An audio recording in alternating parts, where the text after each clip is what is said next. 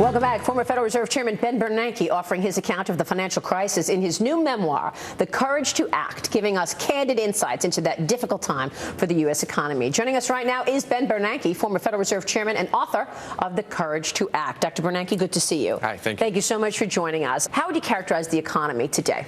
Well, we're moving forward. It's moderate growth. I think the biggest drag on the U.S. economy right now is the global economy.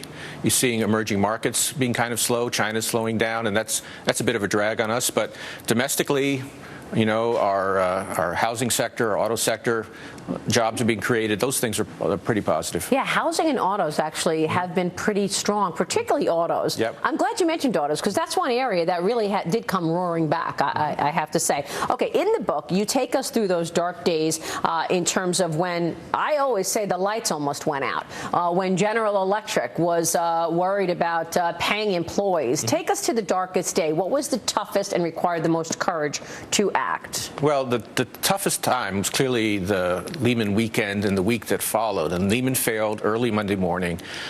Then AIG, the world's largest insurance company, came close to failing. The Fed and the Treasury intervened to prevent it from failing. We had to go explain that to the president. And then we had to go explain it to Congress. And what we told Congress, Secretary Paulson and I, was that if this company failed, that our financial system, which was already almost in cardiac arrest, would collapse entirely and bring down our economy. And we explained this to the congressman and told them what we were going to do.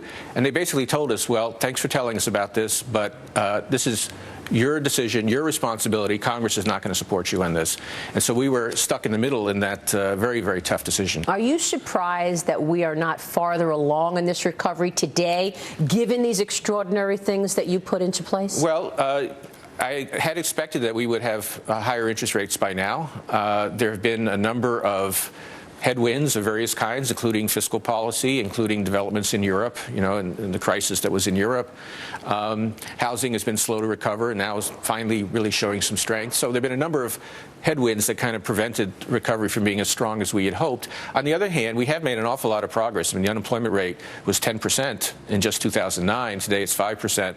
Lots of jobs have been created. We're well above the level of output that we were at the highest peak before the crisis now.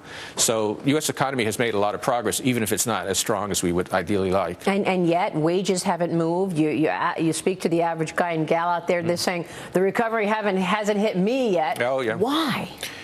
Well, how do you move wages? Well, wages, that's the critical question, both overall wages and then wages across the population. For, you know, people at the highest end are certainly seeing wage increases, but the people in the middle aren't seeing wage increases.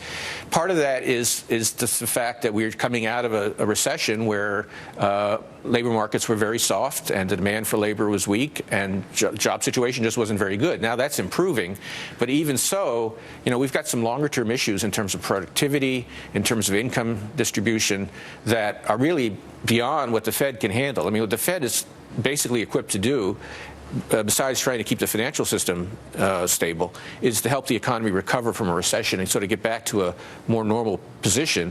But the Fed can't do anything really about long-term productivity gains or the skills of the workers or the things that ultimately will determine real wages in the longer term. Yeah, I think this is a really important point, and it's the reason that I go to my next question, and that is low rates cannot create jobs. So people are saying, okay, enough with quantitative easing, enough with these low interest rates. We need to get off of zero. How do you feel about that? Well, the monetary policy and quantitative easing, all those things, low interest rates, are aimed at trying to get our economy back to its potential, whatever that potential might be. But you need a partner on the other side. You need a partner. So on the one hand, you know, we've made a lot of progress. Unemployment's down to 5%. The Fed is looking at near-term job creation, trying to get inflation to its target. Those are the things the Fed is concerned about, and the Fed has made a lot of progress there. But taking us beyond that point to an economy which is delivering higher wages, more growth, better distribution of growth, those are things the Fed can't do. We need partners from the public and private sector to do more on that. Is there a downside risk to keeping rates low for longer?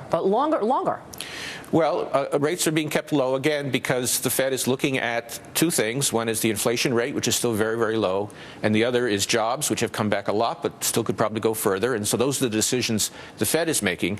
Now, some people are concerned about side effects of low interest rates, one of them being the concern that low interest rates for a long time might create some speculation or asset bubbles, those kinds of things in financial markets. And the fact is nobody really has a very clear idea of how those things are linked, if they're linked at all.